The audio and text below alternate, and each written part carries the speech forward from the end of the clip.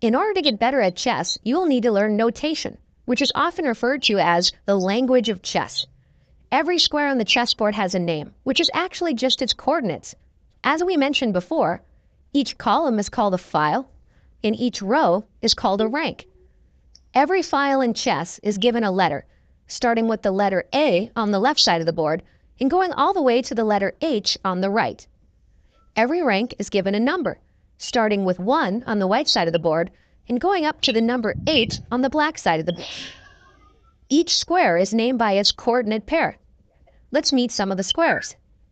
This square in the lower left-hand corner is known as A1. Notice we identify it with the letter first and the number second. Let's take a look and see where the E file meets with the fourth rank. Notice the arrows point at E4, so this square is known as E4. Let's draw a diagonal starting from A1 and go all the way up the board.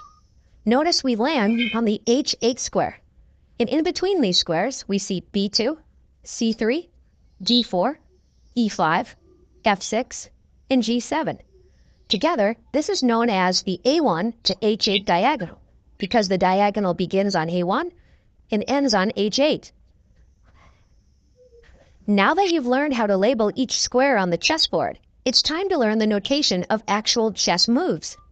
Each piece has its own letter for chess notation. In this example, the king's letter is a capital K. With white to move, let's say the king is going to move to the E2 square.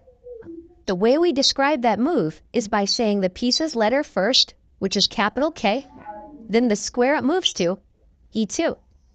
Remember, a piece always begins with a capital letter, and the square is always lowercase. So after the move, King E2, putting it all together, we say K, E2.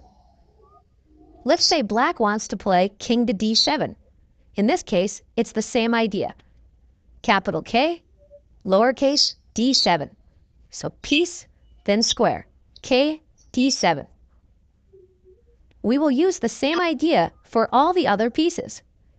The rook is a capital R, the queen, a capital Q, the bishop, a capital B. The knight, however, is a little bit different. Since the capital K is already used for the king, we use a capital N for the knight. For example, N E6.